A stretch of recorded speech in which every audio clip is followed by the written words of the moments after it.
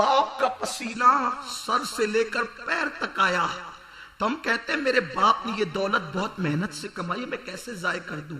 رسول پاک کا پسینہ نہیں، حضور کا خون سر سے پیر تک آیا، نالین بھری ہے، تب اللہ کا دین ہمارے گھر تک پہنچا ہے۔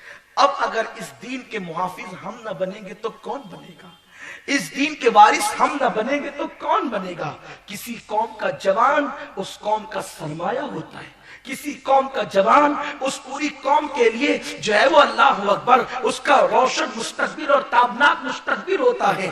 اگر ہم عیاشیوں میں ڈوب جائیں اور ہم نے اپنی زندگی کو دنیا داری کے لیے وقف کر دیا تو آپ مجھے بتائیں اللہ کے دین پر عمل کون کرے گا؟ میرے پیارے آقا صلی اللہ علیہ وسلم کے پیارے دیوانوں، یہ دنیا کی کمائی ہوئی دولت دنیا میں رہ جائے گی، تمہاری بیویاں دنیا میں رہ جائے گی، تمہارے بچے دنیا میں رہ جائیں گے۔ میں یہ نہیں کہتا کہ سب چھوڑ دو، اس کو استعمال کرو ضرورت کے مطابق۔ اپنے کفن میں صرف اللہ کا دین جائے گا، اللہ کا دین، اور وہ قبر کی کالی کوٹھری میں نہ بیوی کام آئے گی، نہ بچے کام آئیں گے، نہ بھائی کام آئیں گے۔ دنیا اتنی بے وفا ہے میرے بھائی، دنیا اتنی بے وفا ہے کہ منہ پر منو مٹی ڈال کر کے ایسے پلٹ کر جائیں گے کہ پھر کبھی دیکھیں گے بھی نہیں کہ قبر کا نشان موجود ہے یا مٹ جائے گا۔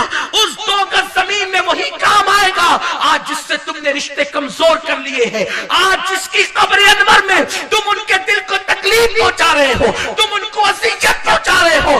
سنو سنو، طائف کی وادیوں کے پتھر نبی کو اتنے صدمے نہیں دیتے جتنے وفاداروں کے گناہ حضور کو تکلیف پہنچاتے۔ وہ طائف کے لڑکوں کے گندے جملے حضور کا اتنا دل نہیں دکھاتے جتنا چہروں سے داڑیاں نکال کر کے گٹروں میں پھینکنا حضور کو تکلیف پہنچاتا ہے۔ حضور علیہ السلام کو ان عباس ظالم سرداروں کے جملے اتنا دکھ نہیں دیتے جتنا زنا کے اڈوں پر مسلمان جوانوں کا جانا حضور کو دکھ دیتا ہے۔ اب ہم ہی بچے تھے، عاشق بن کر آئے اور حضور کے دل کو اذیت پہنچائے۔ سوچو، جو ایک عام مسلمان کو اذیت پہنچائے اس پر جنت کی خوشبو حرام کی جا رہی ہے، جو آمنہ کے لال کا دل دکھائے وہ بھی ایک مرتبہ نہیں، بار بار، 1000 بار، اور وہ بھی گناہ کر کے۔ سوچو کیا ہوگا آج دنیا میں مسلمان مظلوم نہ ہوتا، عراق تباہ نہ ہوتا، یمن میں آگ نہ لگتی، بیت المقدس میں مسلم بیٹیوں کی آبرو نہ لٹتی، اگر مسلمان اپنے نبی کی محنتوں کا احساس کرتا۔ جب سے تم نے اپنے نبی کا دل دکھانا شروع کیا دنیا نے تمہیں تختہ مشق بنا لیا۔ اگر تم اور ہم مل کر حضور کو منا لیں، اس لیے کہ خدا کو منانے کا ایک ہی ذریعہ ہے، حضور کو مناؤ تو خدا راضی ہوگا، ورنہ خدا نے راضی نہیں ہونا ہے۔ خدا اسی وقت راضی ہوگا جب اس کے محبوب کو مناؤ گے، اور محبوب کب مانے گا؟ جب محبوب کی اطاعت کرو گے اس وقت میرے حضور راضی ہو جائیں گے۔ اس لیے کہ حضور کو اتنی خوشی کسی چیز سے نہیں ہوتی جتنی خوشی حضور کو اطاعت سے ہوتی ہے۔ اور اللہ اکبر، ہم تو عاشقان رسول کہلاتے ہیں۔ ہم عاشق کیسے؟ میلاد والے عاشق، ہم عاشق کیسے؟ 11ویں والے عاشق۔ اور بے شک میلاد حق ہے، اس کا جو انکار کرے اس کا دل سیاہ ہے۔ 11ویں حق ہے، جو اس کا انکار کرے اس کا دل سیاہ ہے۔ لوگ جو منع کرتے انہیں پتا نہیں کہ حدیث پاک میں ہے جب کتے کو پانی پلانے پہ جنت ملتی ہے تو غوث العظم کے نام پر لوگوں کو کھانا کھلانے پہ جنت کیوں نہیں مل سکتی؟ یہ حق ہے۔ لیکن صرف میلاد اور 11ویں والے عاشق عمل کے میدان میں کب قدم رکھیں گے؟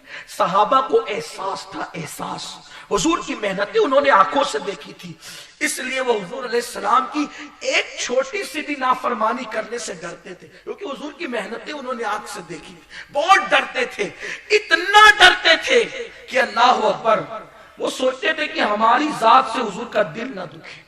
ان کی پوری کوشش یہی ہوتی تھی، اور اس کے لیے وہ بڑی بڑی قربانیاں دے ڈالتے تھے، اس کے لیے بڑے بڑے کارنامے، بس حضور خوش ہو جائیں۔ دیکھیں، ایک مرتبہ میرے آقا علیہ السلام مسجد نبی شریف میں خطبہ دیتے ہوئے جب لوگ بڑھ گئے، بھیڑ زیادہ ہو گئی اور لوگ کھڑے رہنے لگے، کھڑے ہو کر سننے لگے، تو سرکار نے دوران خطبہ کہا جو جہاں جس حالت میں وہیں پہ بیٹھ جائے۔ سارے صحابہ بیٹھ گئے. ایک صحابی رسول لکڑی کا گٹھا لے کر اپنے سر پر اپنے گھر جا رہے تھے, جنگل سے نکل کے گھر جا رہے تھے اور مسجد نبوی شریف کے قریب سے گزر رہے تھے. ان کے کان میں یہ آواز پہنچی. وہ صحابی رستے میں لکڑی کا گٹھا لے کر سر پہ بیٹھ گئے.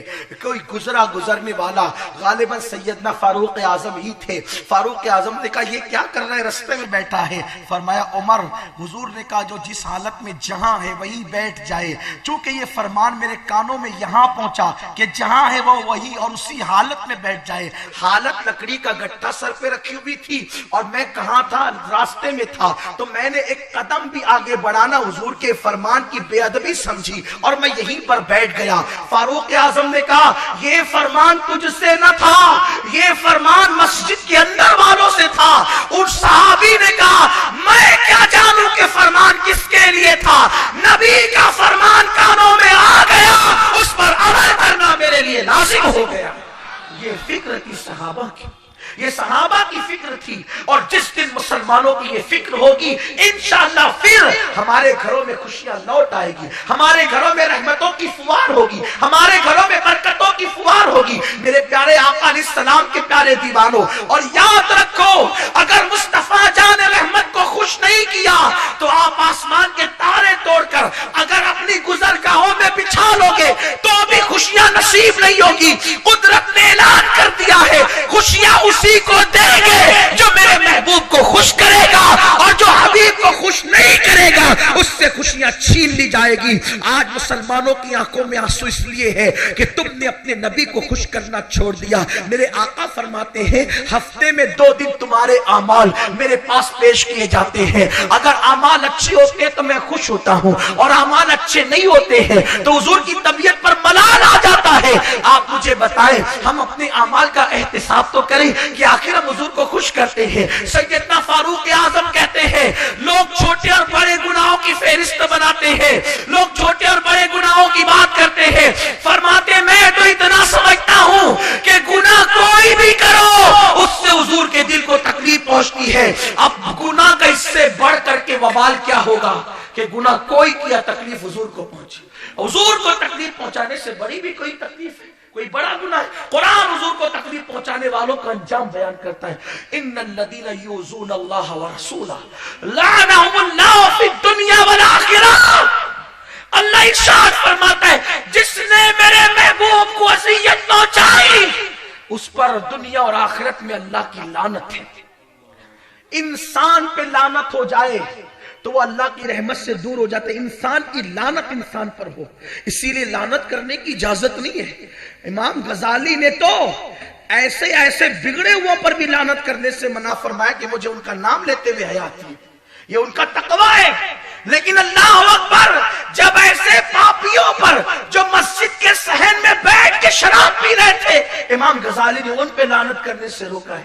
سوچو تو صحیح, جب ایسے لوگوں پہ لعنت, انسان کی لعنت انسان پہ پڑے تو وہ رحمت خدا سے محروم ہو جاتا ہے. اللہ کی لعنت جس پہ پڑے اسے برکت کیسے مل سکتی ہے, اسے خوشیاں کیسے مل سکتی ہے.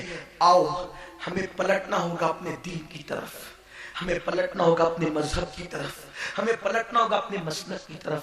خوشیاں زندگی میں اسی کو ملے گی جو نبی کو خوش کرے گا. بس ایک ہی خوشی کا اصول ہے, حضور کو خوش کرو اللہ تمہیں خوشیاں دے گا. کیوں؟